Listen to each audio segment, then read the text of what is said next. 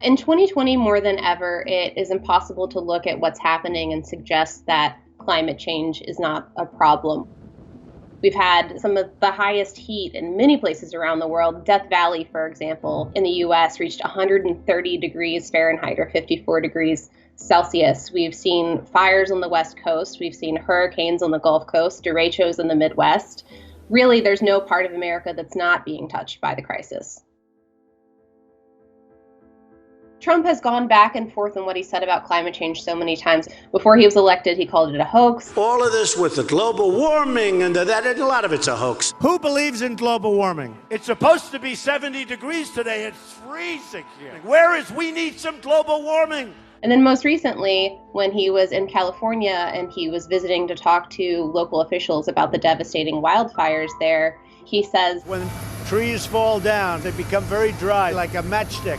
They just explode. And then, within hours later, he came back and said, it'll start getting cooler.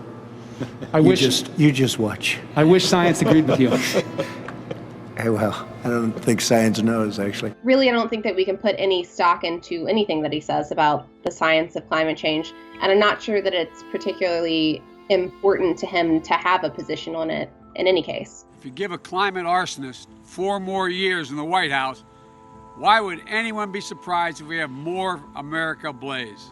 You're gonna have to cut to the left. That's all. Open the gate. Open the gate. I can't breathe. We're gonna fucking die, dude. We gotta get out of here. Trump has been ignoring that climate change is making wildfires stronger and is making it a much bigger problem for Californians to deal with, and is also making their air a lot dirtier, not just for California, but up and down the West Coast and really all over the west of the United States. The impacts of climate change don't pick and choose. That's because it's not a partisan phenomenon. It's science.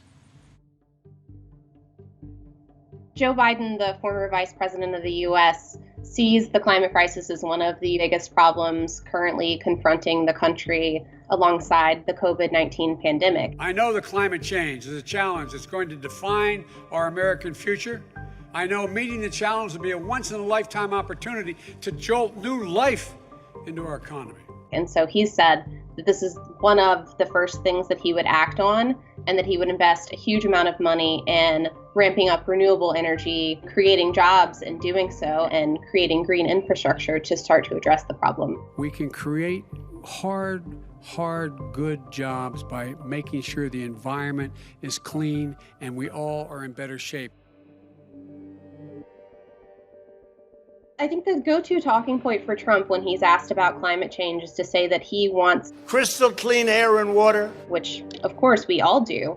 But the problem is that his administration has taken basically all of the opposite actions necessary to have crystal clean air and water. Under the Trump administration, the United States has increased oil production by 3.1 million barrels per day. That's some number. His policies have helped the oil and gas industry really boom in the United States.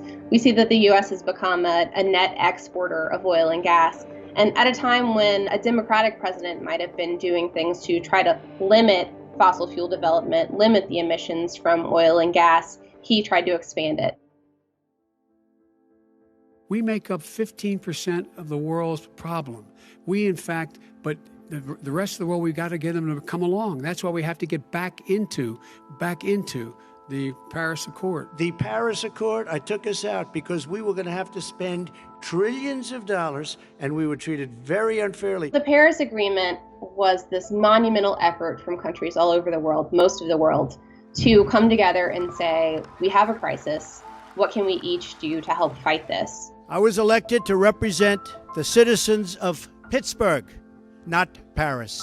Trump thinks the Paris Agreement is a joke, that basically other countries tricked the U.S. into signing it and that it's bad for the U.S. and good for everyone else. And Biden thinks that it's the beginning of a critical negotiation for all the countries in the world to do their part to move forward and fight this crisis. The lack of a national strategy on climate change overall leaves us with a patchwork of solutions. As a matter of fact, it's been made worse by the changes this administration has made. 4 more years of President Trump could effectively sink not just the country, but the world's chance at stalling the worst of climate change. I know more about wind than you do. It's extremely expensive, kills all the birds. Find me a scientist Solar. said that. I love solar, but solar doesn't quite have it yet.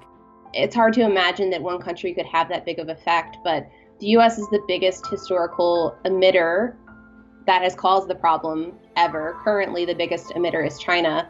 And we had a really important leadership role in convincing other countries to move forward with a lot stronger goals. So if we aren't going to do anything, and in fact, we're going to have a president who encourages the development of fossil fuels, who wants to drill on public lands and sees himself as the savior of coal, that is going to have an impact worldwide. It's going to be hard for people in other countries to argue that they should be doing as much as they possibly can when the U.S., who has caused this problem, isn't doing anything at all.